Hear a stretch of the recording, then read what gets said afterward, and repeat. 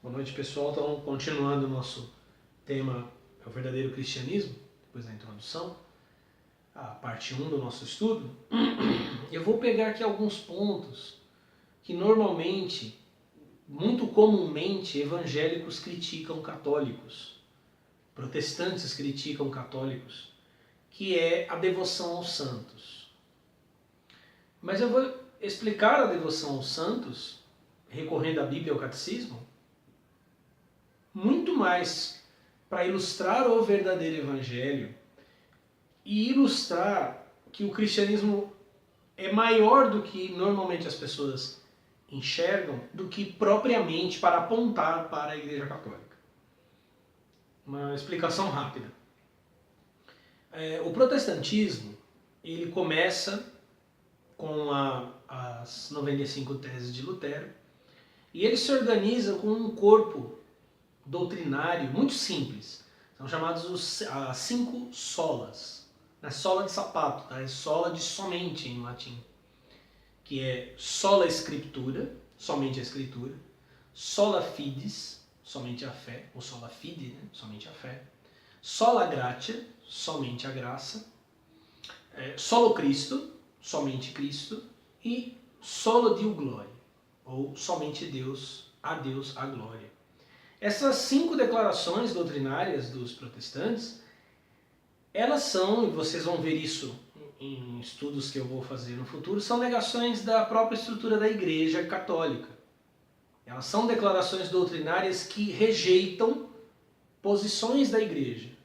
E quando se diz solo Cristo, na cabeça do protestante e na cabeça dos evangélicos, e hoje, pela forte influência evangélica, pelo forte proselitismo evangélico, lembrando que eu falei de proselitismo no vídeo anterior, muitas pessoas que não são católicas, que não são evangélicas, que não são cristãs, adotam a mesma ideia sobre o papel dos santos, sobre a devoção aos santos, sobre as imagens no culto católico, ou os ícones no culto bizantino, ou que também é católico, né, no rito bizantino, ou no culto ortodoxo.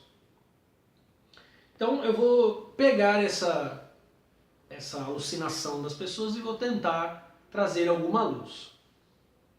Normalmente, o católico médio não sabe porcaria nenhuma. Ele não sabe nada. Ele vai para a igreja e faz uma coreografia. Ele senta, ele levanta, ele faz sinal da cruz, ele responde o que o padre fala, quando ele não está olhando o Facebook, né? Ele às vezes confessa, mas não sabe para quê. Enfim, normalmente a lógica do católico é essa. O cara recebe a comunhão eucarística, e aí, isso é comum, tem muitas paróquias que acontece isso. O cara recebe a comunhão eucarística, aí tem um ministro lá, o cara fica falando, não perca esse momento, e sinta a presença de Cristo, porque Ele está dentro de você, para que Ele guarde sua família. É um pensamento de que o muito falar é o que atende, faz com que Deus te atenda. Isso é um pensamento evangélico. Isso é um pensamento protestante. Evangélicos falam muito e ouvem pouco, tanto dos seus pastores como de Deus. Eles falam demais. Então, além disso ser chato, né? Você está na missa e o negócio é chato, e qualquer missa é chata se você não entende a simbologia, é um pé no saco. Receber a hóstia sem conhecer o significado, sem estar dentro do ritual, é como comer um fandango, só que não tem gosto. Entendeu? É melhor você comer um fandango, comprar uma fantaúva, fandangos, falar, esse aqui é meu corpo, ó Jesus, esse é teu corpo, esse é teu sangue, e comer. Se você não tem conhecimento. Tem muito católico que faz isso na missa.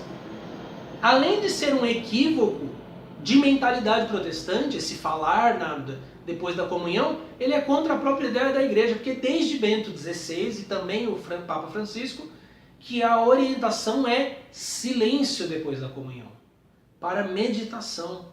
Mas o espírito protestante não aceita o silêncio. Ele não aceita a mente que para e que medita. E aí você forma irracionais. E a mentalidade protestante está se espalhando no Brasil e criando um fundamentalismo muito grande. Historicamente os protestantes sempre foram muito mais violentos e fundamentalistas do que católicos. Pretendo provar isso com o tempo, mas é verdade. então você não tem uma reflexão séria. Então, eu vou fazer uma reflexão séria, eu vou apelar ao catecismo, mas eu vou fazer uma reflexão séria com a Bíblia. Vou explicar a relação de Jesus com os santos através da Bíblia, ok? Então, vamos lá. O primeiro texto que eu vou ler é João, Evangelho de João, capítulo 15. O Evangelho de João, capítulo 15, versículo 1. Jesus dizendo: Eu sou a videira verdadeira, e meu Pai é o lavrador. Todo o galho que em mim, que não dá fruto, ele tira, e limpa todo aquele que dá fruto, para que dê mais fruto.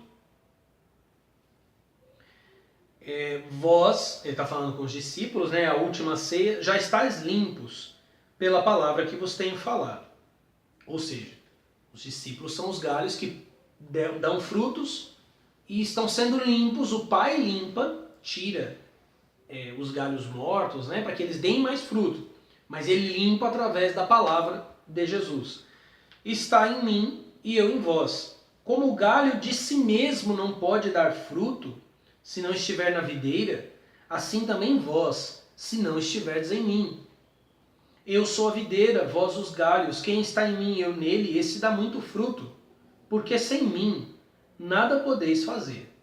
Se alguém não estiver em mim, será lançado fora como a vara, e secará. E os colhem e lançam no fogo e ardem. Se vós estiverdes em mim, e as minhas palavras estiverdes em vós, pedireis tudo o que quiserdes, e vos será feito. Eu poderia usar só esse texto. As pessoas pensam que tem uma disputa de popularidade na igreja católica. Então o cara pensa assim, que ele entrou lá na igreja, aí ele foi lá no altar do famoso Santo Antônio, né? As encalhadas vão lá no altar do Santo Antônio. Geralmente é a mulher que vai no altar do Santo Antônio, né? Todo mundo sabe disso. Ela está lá no altar do Santo Antônio. Aí a pessoa pensa que Santa Inês, que Santa Rita, tá lá assim, ai, nem dá atenção pra mim. Ai, por que não vem aqui? Ai, tá juntando poeira aqui, ninguém vem aqui. E São José, né, pensando, Pai de Jesus, oh nossa, tudo começou comigo, ninguém nem lembra de mim. Ninguém nem sabe quem sou eu. Os caras olham a minha imagem e não sabem, só quer saber do Santo Antônio. Só quer saber do São Judas Tadeu, que é o das causas impossíveis. Como tá todo mundo ferrado nesse Brasil, só vai no São Judas Tadeu. O pessoal conhece o Santo Expedito, né, que é o cara da última hora lá, né? É tipo a última porta, é tipo a universal, né? A última porta que você bate. Mas de mim, São José, ninguém sabe pra que eu sirvo. Isso não existe, isso é um pensamento, é uma caricatura retardada de gente que não conhece nada da história da igreja, nem de teologia, nem de Bíblia. Outra coisa é que Jesus também não está com o dedo na boca falando, olha lá, pai, eles estão lá rezando para Maria e ninguém está olhando para mim. Cara, você é tão imbecil. Porque evangélico fala isso, não. Na igreja católica, os católicos precisam dos santos, mas na nossa igreja é direto com Jesus. É direto com Jesus depois do sacrifício, é direto com Jesus depois do dízimo, é direto com Jesus depois da campanha, é direto com Jesus depois da corrente, é direto com Jesus depois, enfim, é direto com Jesus. Depois do bispo, do apóstolo, né? O cara que ora por mim, que ele é o pica, né? Ele fala e Deus ouve.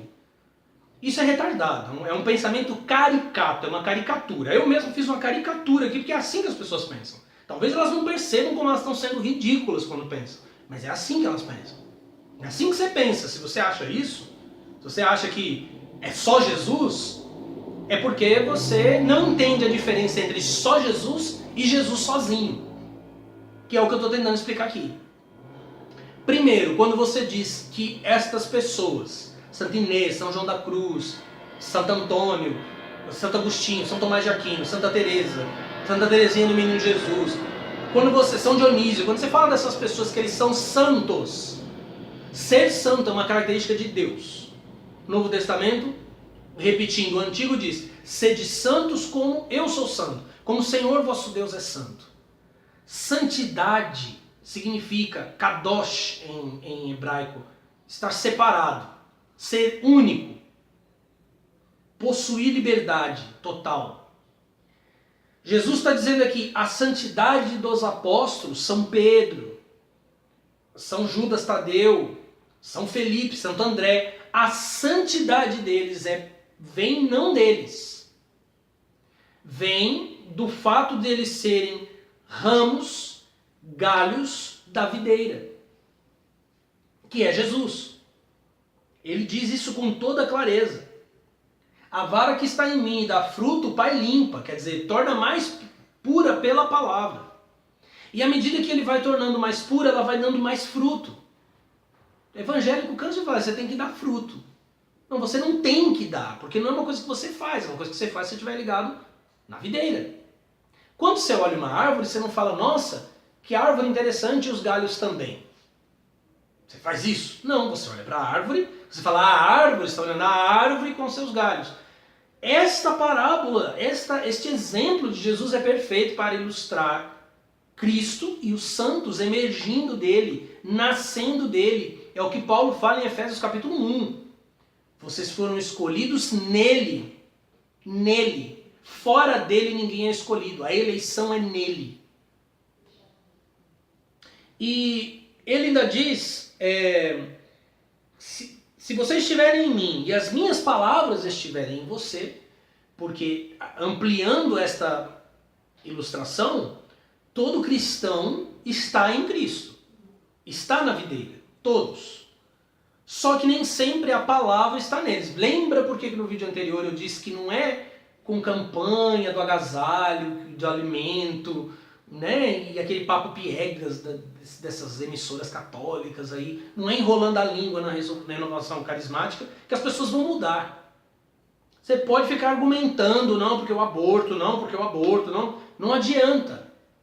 O cara fala, essa é a sua opinião, essa é a minha opinião, se as palavras estiverem em vós. Quer dizer, se você recebe o Evangelho. Por que é que o católico se dirige ao santo?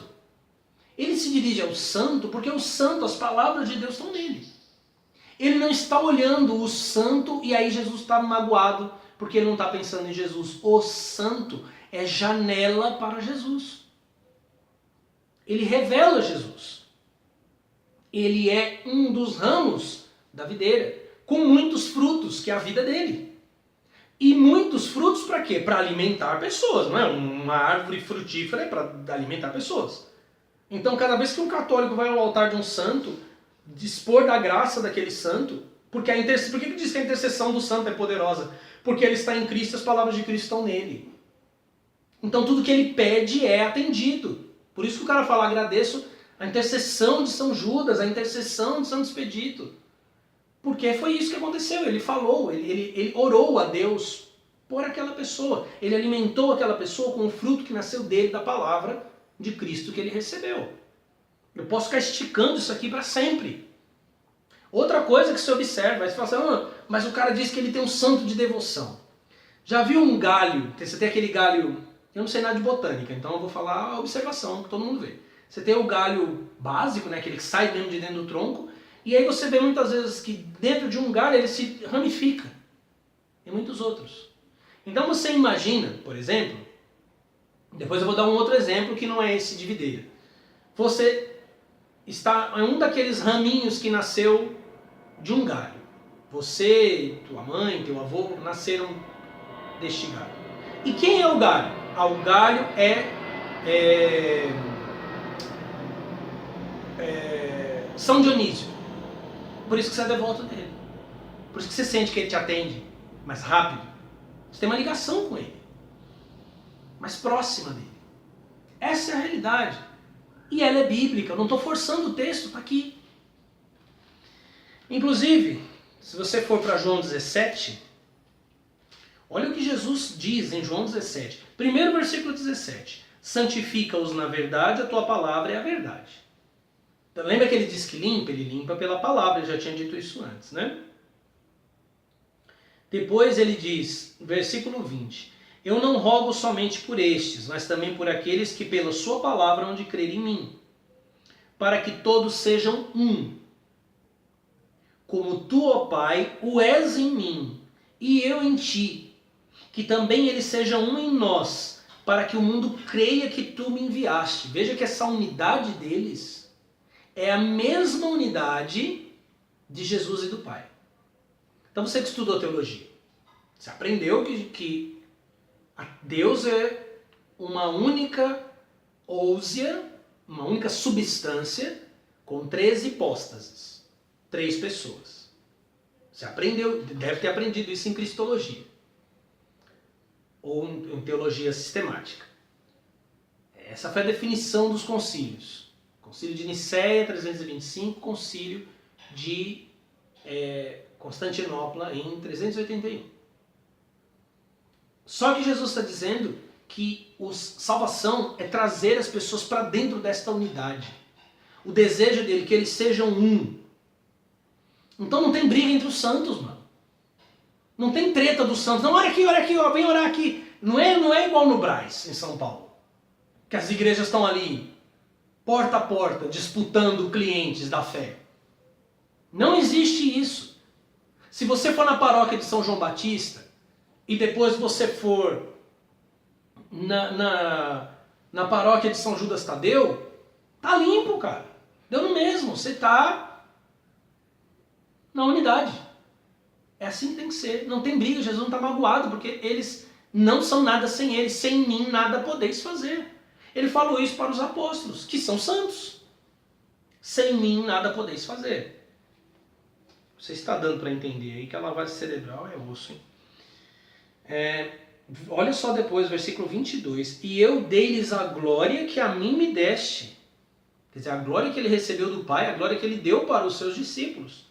Para que sejam um, como nós somos um. Eu neles e tu em mim. Para que eles sejam perfeitos em unidade, para que o mundo conheça que tu me enviaste a mim, que os tem amado a eles como me tens amado a mim. Quer dizer, são amados com o mesmo amor com que o Pai amou a Jesus, mas porque eles estão nele. E isso é tão importante, esta unidade é tão importante, que Jesus disse, se eles forem unidos assim, se eles tiverem esta unidade, o mundo crerá que tu me enviaste. Então se hoje tem pessoas que não creem, que não acreditam, por exemplo, na historicidade de Jesus, é porque essa unidade não está sendo expressada. Ela não está sendo manifestada. E é uma unidade que é quebrada pelos evangélicos. Historicamente, na Reforma Protestante e ao longo da história. Você vê, coisa básica. Vamos pensar básico, rapidão. Tem a Igreja Universal do Reino de Deus que saiu de uma outra igreja. Da Igreja Vida Nova. Aí essa igreja se formou e estava lá. Macedinho e R.R. Soares. Aí eles brigaram. R.R. Soares saiu, montou a Igreja da Graça. 20 anos depois, o Edir Macedo brigou com um bispo dele. Esse bispo saiu e montou uma igreja. O nome do cara, Valdemiro Santiago. Montou a Mundial do Poder de Deus. Alguns anos depois, Valdomiro Santiago briga com um bispo dentro da igreja dele. Esse bispo sai e monta outra igreja. O nome desse bispo, Agenor Duque. O famoso leitão evangélico. Monta uma outra igreja. Então você tem briga, sai, monta igreja. Briga, sai, monta igreja. Perfeição e unidade? Por isso que você deve duvidar seriamente dos milagres que acontecem ali. Eu vou te mostrar o que tem a ver, que milagres são esses, por que eles acontecem. Subindo um pouco, versículo 12 de João 17. Estando eu com eles no mundo, guardava-os em teu nome. Tenho guardado aqueles que tu me deste, nenhum deles se perdeu, senão o filho da perdição, para que a escritura se cumprisse. Esse filho da perdição é Judas. E é muito interessante, porque Judas está ali na ceia, Jesus faz um gesto de reconciliação com ele, Judas não aceita, o texto diz que Satanás entrou nele. Só que Satanás entrou em Judas e ele não começou a espumar. E falou, eu vou matar ele. Não aconteceu isso. Jesus não chegou e falou, qual é o teu nome, diabo? Eu sou Exu Satanás. Eu estou aqui para te entregar. Não aconteceu isso. Não aconteceu. Judas ficou normalzinho. Ninguém nem percebeu o que estava acontecendo. Só Jesus sabia. E ele saiu e foi vender Jesus. Sacou? Entrou Satanás, o cara saiu normalzinho, sem espumar, sem babar, sem pôr a mão para trás. E foi vender Jesus. Os filhos da perdição, e eles são realmente os filhos da perdição. Porque em 2 Tessalonicenses capítulo 2, Paulo diz que viria a apostasia e que se manifestaria o filho da perdição. Ele usa a mesma expressão aqui usada para Judas. E este filho da perdição faria sinais e prodígios da mentira com o engano de Satanás. Oh, eu vou na igreja universal porque aconteceu um milagre. Eu vou na igreja mundial porque tinha uma pessoa leprosa e a pessoa foi curada. Eu vou na igreja não sei lá qual, lá do gordinho lá, o Plenitude do Trono de Deus, porque a mulher dele é gata. Não, eu vou na igreja Plenitude do Trono de Deus porque uma pessoa não tinha um feto na barriga, ela passou uma pasta de figo e apareceu um feto. Sinais e prodígios da mentira. Os sinais e prodígios que seriam dados ao filho da perdição. Quem é o filho da perdição? O que está possuído por Satanás e vem de Jesus. É o que eles fazem. É o que todos eles fazem. Jesus disse que guardou os seus, exceto o filho da perdição. Então, fique esperto. Sem contar o 171, milagre que não é milagre, mas o cara não tinha braço e o braço cresceu. Venderam Jesus para você depois? Venderam antes? Então é o filho da perdição. Ok? Vamos lá. Tem mais uns 500 textos aqui. Mentira, mas tem mais algumas coisas para a gente olhar. Epístola de Paulo aos Gálatas, capítulo 1.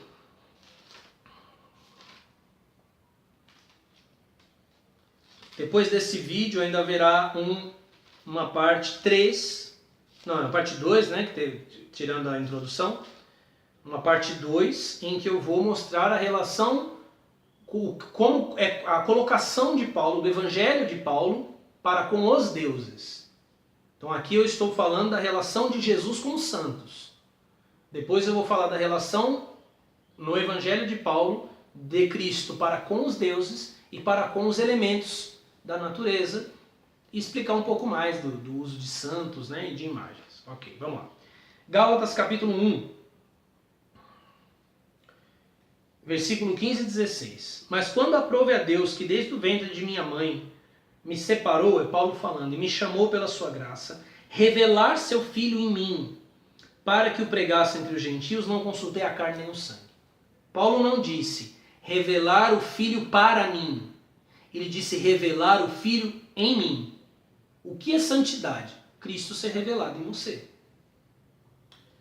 Quando um santo é canonizado, não é que a igreja fez ele virar santo.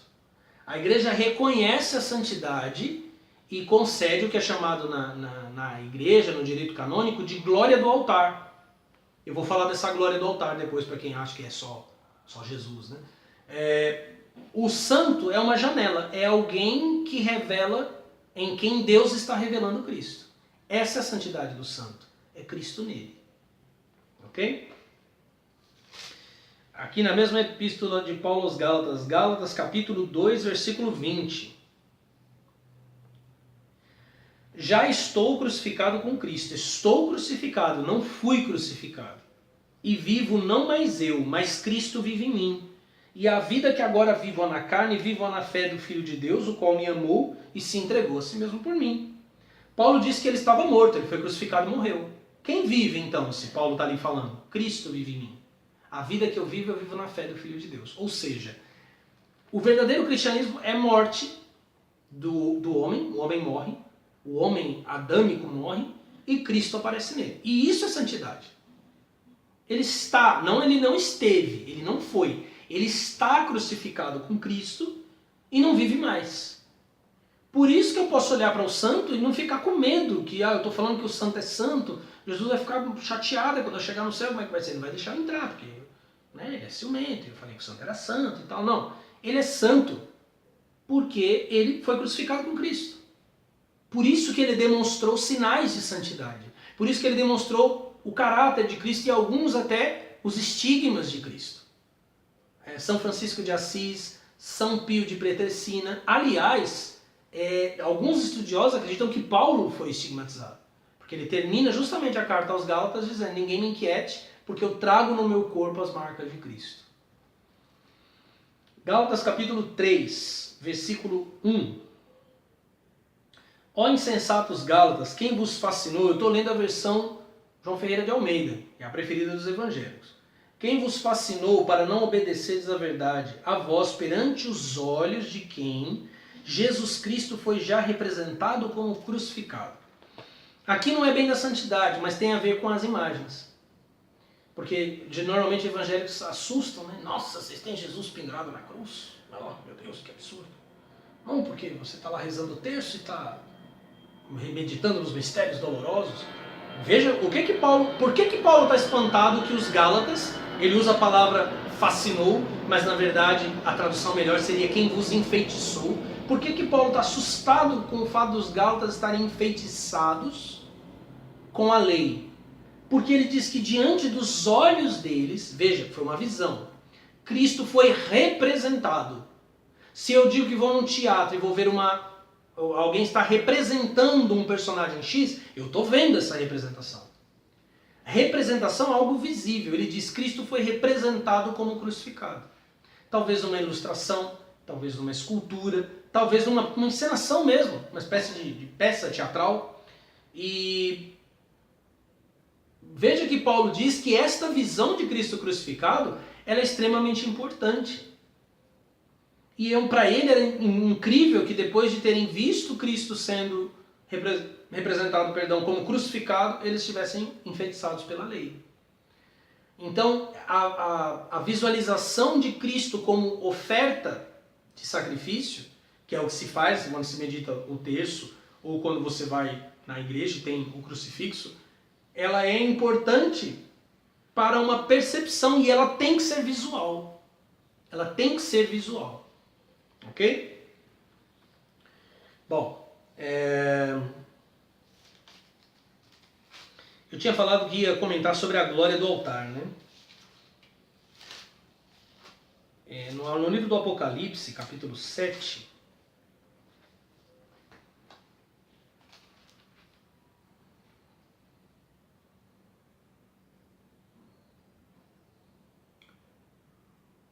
você tem ali uma seleção de pessoas, né? O anjo que vem da banda do sol nascente, capítulo 7, versículo 4, 3 e 4.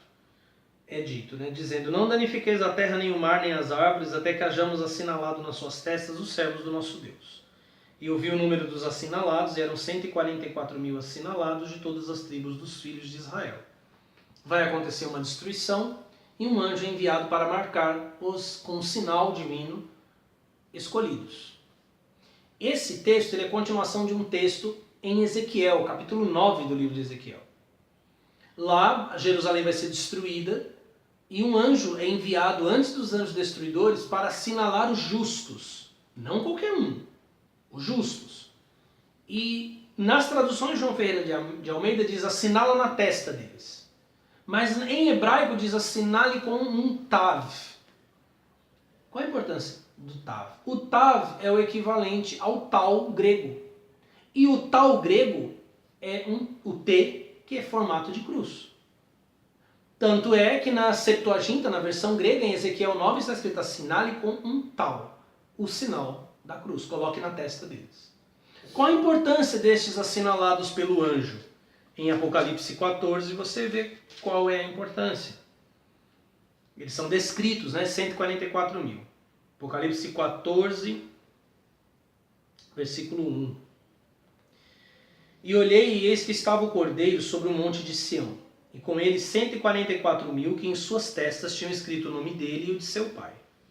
E ouvi uma voz do céu como a de muitas águas e como a voz de um grande trovão. E ouvi uma voz de harpistas que tocavam com as suas harpas. E cantavam um como cântico novo diante do trono e diante dos 4 animais e dos anciãos. E ninguém podia aprender aquele cântico, senão os 144.000 que foram comprados da terra. Estes são os que não estão contaminados com mulheres, porque são virgens. É virgindade mesmo, tá? Aqui são os santos que hoje são reverenciados pela igreja. Eles todos foram virgens. E os santos que não foram virgens, e isso tem a ver com a era da noite, tá? Não precisa problematizar com isso. Mas os que não foram virgens adotaram o celibato em seguida. Então eles são virgens mesmo.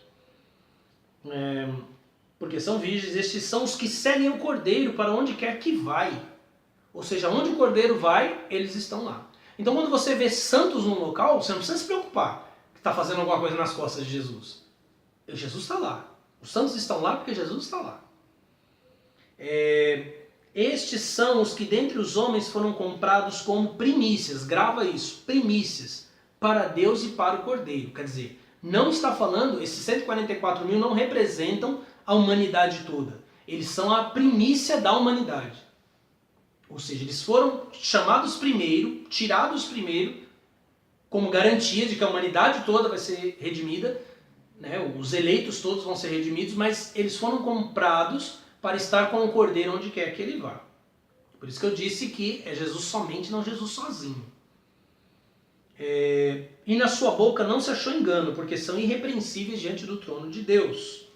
Depois, no Apocalipse capítulo 20, a primeira ressurreição, capítulo 20, versículo 4. E vi tronos e assentaram-se sobre ele, e foi-lhes dado o poder de julgar. E vi as almas daqueles que foram degolados pelo testemunho de Jesus, os mártires, né? E pela palavra de Deus, e que não adoraram a besta nem a sua imagem, e não receberam o sinal em suas testas, nem em suas mãos. E viveram e reinaram com Cristo durante 1000 anos. Mas os outros mortos não reviveram, até que os 1000 anos se acabaram. Esta é a primeira ressurreição. 1000 anos é um dia, uma era. A tal era da noite que eu estou falando sempre. Está escrito isso, né? Então, Salmo 90 e depois Pedro repete. Um dia para Deus é como 1000 anos. Bem-aventurado e santo, aquele que tem parte na primeira ressurreição. Sobre estes não tem poder a segunda morte, mas serão sacerdote de Deus e de Cristo, e reinarão com ele 1000 anos. Por que se fala em glória do altar? Porque eles foram ressuscitados e assentaram com Cristo para julgar, ou seja, são auxiliares de Cristo durante os 1000 anos, durante a era da noite. E esta função deles é uma função em oposição, porque venceram a besta. E aí você entende tudo que eu tenho feito e por que chegamos hoje nesse ponto. E antes de chegar nesse ponto ocorreu todo aquele embate meu pessoal contra a besta e os reis da besta e da grande Babilônia. Esses santos estão assentados reinando com Cristo. E eles vão para onde Cristo vai. Eles governam com ele. E diz que eles são bem-aventurados, são felizes e santos, porque tiveram parte na primeira ressurreição. Historicamente esse texto é atribuído tanto aos santos que ressuscitaram no céu, e tem glória divina no céu, como também ele é atribuído ao batismo, né? O batismo seria a primeira ressurreição. Tem essa dupla aplicação e em um outro tempo a gente fala sobre isso. Vou mudar de exemplo agora para a gente terminar. A Epístola de Paulo aos Coríntios, no capítulo 12.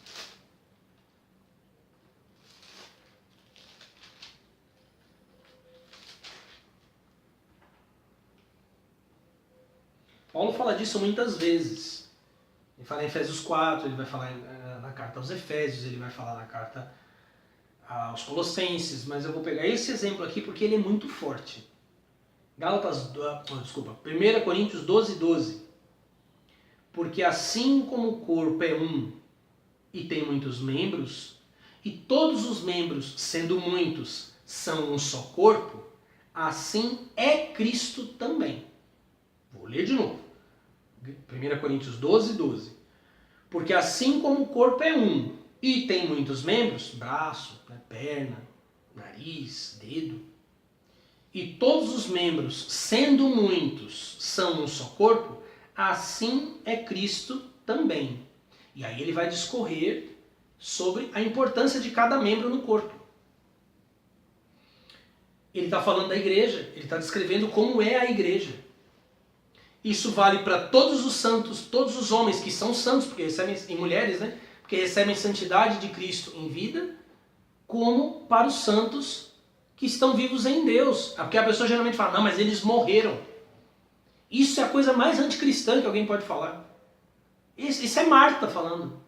Jesus vai ressuscitar Lázaro. Aí ele fala, eu vou ressuscitar Lázaro. Aí Marta fala assim, eu sei que ele vai ressuscitar no último dia. É os evangélicos, né? Eu sei que eu vou ressuscitar. No arrebatamento, no último dia. Aí ele diz, não, Martinha, não. Aquele que crê em mim, ainda que esteja morto, viverá. Em Romanos 8, Paulo diz que aquele que está em Cristo, nem a morte, nem a vida, nem os anjos, nem os principados, nem as coisas de hoje, nem as coisas de amanhã, podem separar desse amor. A morte não separa. Aquele que está em Cristo está vivo. Em João 6, Jesus fala a mesma coisa. Aquele que comer a minha carne e beber o meu sangue, não vai experimentar a morte. Então eles não estão mortos. Não podem estar mortos porque estão ligados em Cristo. São Cristo. Aí Paulo não diz, assim é a unidade dos crentes em Cristo. Ele diz assim, é Cristo também. E antes de ler o que Paulo diz, eu vou ler aqui o Catecismo da Igreja Católica. O Catecismo da Igreja Católica. E eu vou ler o ponto 792. Porque geralmente, se eu tivesse lido o Catecismo primeiro, você ia falar, isso é heresia de católico, porque eles são pagãos. Então eu li Paulo primeiro, porque aí você vai ver que o Catecismo, todo mundo pensa que ele é tipo uma outra Bíblia, né? Não é, cara. Ele é um compêndio da palavra de Deus encarnada na igreja. Quando o católico diz que a palavra está encarnada na igreja, justamente porque a palavra não é Cristo. E Cristo não está na igreja, então a palavra está encarnada na igreja, porque a igreja está ligada em Cristo. A igreja em Cristo escreveu a Bíblia, a igreja em Cristo seguiu interpretando a Bíblia. Isso é o Cristo total. Né? Meu vídeo lá, Cristos Totus. Corre lá para ver. Então vamos lá, 792. Cristo é a cabeça do corpo que é a igreja. Colossenses 1,18. Ele é o princípio da criação e da redenção. Elevado na glória do Pai, ele tem em tudo a primazia, principalmente sobre a igreja, por meio da qual estende seu reino sobre todas as coisas. Ele nos une à sua Páscoa. Todos os membros devem esforçar-se por assemelhar-se a ele até Cristo ser formado neles. Gálatas 4,19. Inclusive, Paulo diz que está gerando os crentes da Galácia, sentindo as dores de parto, enquanto Cristo é gerado neles. Isso é até escandaloso, né? Por isso somos inseridos nos mistérios de sua vida, associamos-nos às suas dores como o corpo da cabeça, para que padecendo com ele, sejamos também com ele glorificados. Ele provê o nosso crescimento para fazer-nos crescer em direção a ele, nossa cabeça. Cristo ordena em seu corpo à igreja os dons e os serviços, ou seja, os ministérios, né? As obras, pelos quais nós nos ajudamos mutuamente no caminho da salvação. Cristo e a igreja eis, portanto, o Cristo total, Christus totus. A igreja é una com Cristo. Os santos têm uma consciência bem viva desta unidade. Aí ele vai começar a citar os santos aqui. Eu vou ler as citações. Santo Agostinho. Alegremo-nos, portanto, e demos graças por nos termos tornado não somente cristãos, mas o próprio Cristo. A heresia de Santo Agostinho é o que Paulo disse. Não cristãos. Evangélicos são cristãos. Muitos católicos hoje são cristãos. Cristãos são membros de uma religião que tenta seguir Cristo. Não cristãos. Cristo. Essa é a diferença. Esta é a verdadeira igreja. Não cristãos. Cristo. Compreendeis, irmãos, a graça que Deus nos concedeu ao dar-nos Cristo como cabeça? Admirai e rejubilai. Nós nos tornamos Cristo. Com efeito, uma vez que Ele é a cabeça e nós somos os membros, o homem inteiro é constituído por Ele e por nós. A plenitude de Cristo é, portanto, a cabeça e os membros. O que significa isso, a cabeça e os membros? Cristo e a igreja. Por isso, a igreja chama Maria de mãe. Porque Maria é mãe de Jesus.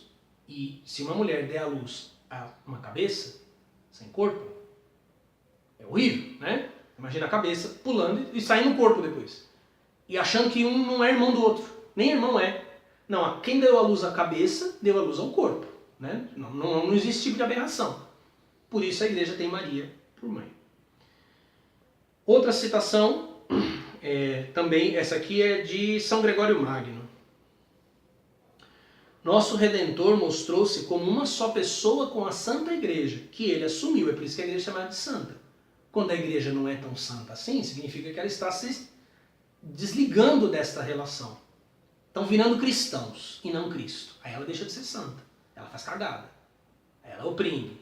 Aí ela rouba. Aí ela fica com medo de ser igreja. Essa coisa toda. São Tomás de Aquino. Cabeça e membros são como uma só pessoa mística. Quer dizer, de forma misteriosa. Para terminar essa parte, uma palavra de Santa Joana d'Arc a seus juízes resume a fé dos santos doutores e exprime o bom senso do crente que crê. Né?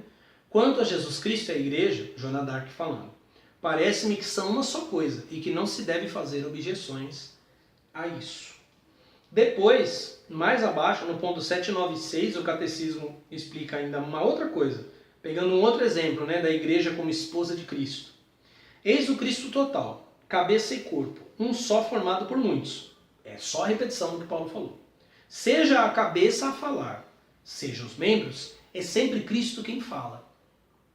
Fala desempenhando o papel da cabeça, ex persona capitis, ou na pessoa da cabeça, né? No ministério terreno dele. Fala desempenhando o papel do corpo, ex persona corporis, em pessoa de corpo. Quer dizer, fala na igreja, fala pelos membros. Fala pelo padre, fala pelo papa, fala pelos santos. Conforme o que está escrito, serão dois em uma só carne. Eis um grande mistério, refiro-me a Cristo e a igreja. Citando Efésios 5. O grande mistério é que Cristo e a igreja são uma só carne. O Senhor mesmo diz no Evangelho, já não são dois, mas uma só carne. Mateus 19, 6. Como vistes, há de fato duas pessoas diferentes e todavia elas constituem uma só coisa. No amplexo conjugal. Na qualidade de cabeça, ele se diz esposo. Na qualidade de corpo se diz esposa. Você vê que é o próprio Cristo que é cabeça e esposa. É um só. Mas na qualidade de corpo ele se diz esposa e na qualidade de marido ele se diz cabeça. Mas é uma só unidade, uma mesma carne. É Cristo. Para terminar, vou voltar aqui em Paulo, tá? Versículo 13 de 1 Coríntios 12. Porque todos nós fomos batizados em um espírito. Pausa. Batizados em um espírito. Só tem um batismo. Ele fala isso, Paulo fala isso em Efésios capítulo 4. Há um só Senhor, uma só fé e um só batismo. Então é o batismo, não existe batismo com água. O elemento do sacramento é a água, mas o que batiza é o Espírito. Então, católicos carismáticos, para com essa palhaçada pentecostal de falar que você recebeu uma segunda bênção, batismo. Isso não existe. Isso não existe. O falar em línguas da igreja, fenômeno observado na vida dos santos, era falar línguas humanas. Muitos santos viveram isso, entre eles Santo Antônio, o famoso santo casamenteiro. Isso que vocês estão fazendo, esse fenômeno dessas línguas bárbaras, ele aparece em Telema, ele aparece em alguns cultos primitivos estranhos. Então, vocês estão, cara, vocês estão muito perdidos, vocês estão muito confusos. Vocês estão reformando, mas a igreja que vocês estão inventando, vocês acham que é uma igreja reformada, ela já existe. A Assembleia de Deus é igualzinha à igreja de vocês. Só não tem imagem. Os caras só não põem a camiseta de Maria, mas é a mesma coisa. Então ou você vira assembleiano, ou você vai para Deus é amor, ou você vira católico. Simples. Voltando. Pois todos nós fomos batizados em um espírito, formando um corpo, quer judeus, quer gregos, quer servos, quer livres, e todos temos bebido de um só espírito. Porque também o corpo não é um só membro, mas muitos. Eu tinha alguns canais, né? Não tinha um canal só. Então esse tema iria para o canal Igreja Verdadeira, né? Agora a gente está trabalhando numa só página, num só canal. Mas esse é o verdadeiro cristianismo. O Evangelho de Paulo não fala de uma religião cristã. E aliás, também não fala que todo mundo vai fazer parte desse corpo. Fala de predestinados. Cristianismo é para predestinados. E isso não é nem muito estranho de entender. Uma pessoa que vai, por exemplo, para a Umbanda ou para o Candomblé, e que ele tem mediunidade na Umbanda, ou que ele está sendo chamado pelo Orixá para desenvolver no Candomblé, ele sabe que ele está sendo chamado, ele está sendo escolhido. E não é ele que está escolhendo. Tanto que tem muita gente que reluta, que não quer ir, que não quer fazer. Mas ele sabe que ele foi escolhido, ele foi predestinado a seguir aquele caminho. Ele pode rejeitar, mas foi. A igreja é a mesma coisa.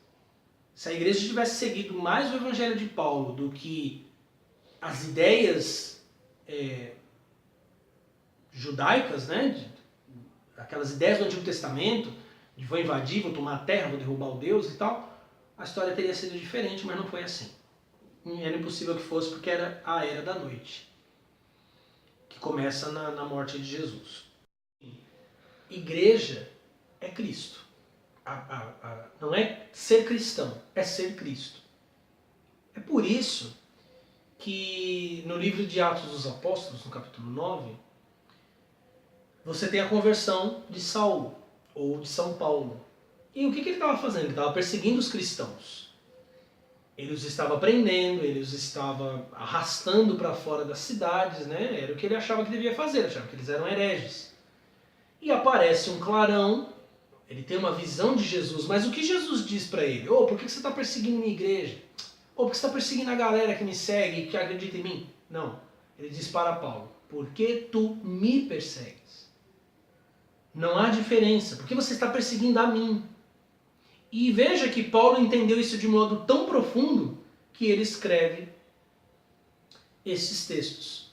Ele compreende isso de maneira tão profunda que aquelas pessoas e Cristo eram a mesma coisa, eram o mesmo ser, eram a mesma palavra encarnada, que ele escreve todas essas coisas que nós falamos aqui, é o princípio do Evangelho que Paulo recebe.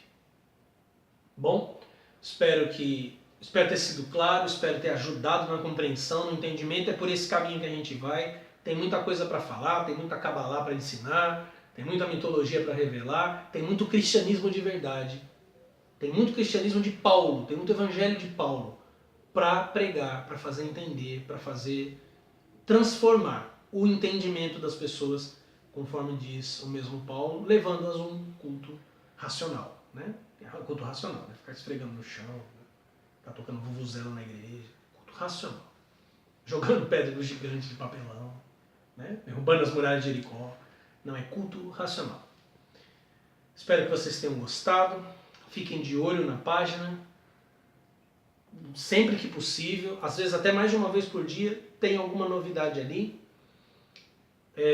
Me envie suas dúvidas. Eu estou fazendo uma pequena distinção agora. Dúvidas, me envie no e-mail novoaion52@gmail.com. É o de sempre. Você tem uma dúvida, quer uma explicação, envie lá. Eu não tenho respondido, estava esperando toda essa transição. Vou começar a responder, paciência. Vou responder todo mundo. Agora, se você quer me pedir um vídeo, pedir que eu fale de um assunto, se você quiser me falar de um problema, não dúvida, você não quer um ensinamento de algo, você quer falar de um problema, quer pedir uma ajuda, escreva para mestrealef com F, mestrealef@gmail.com, ok? Precisa de ajuda, sei lá, quer me contar uma coisa legal da tua vida, qualquer bobagem, mestrealef, qualquer bobagem também não, né? Você entendeu? Força de expressão, mestrealef@gmail.com. Tem dúvidas sobre o ensinamento, quer me perguntar alguma coisa? novoaion52@gmail.com. Espero que vocês tenham gostado.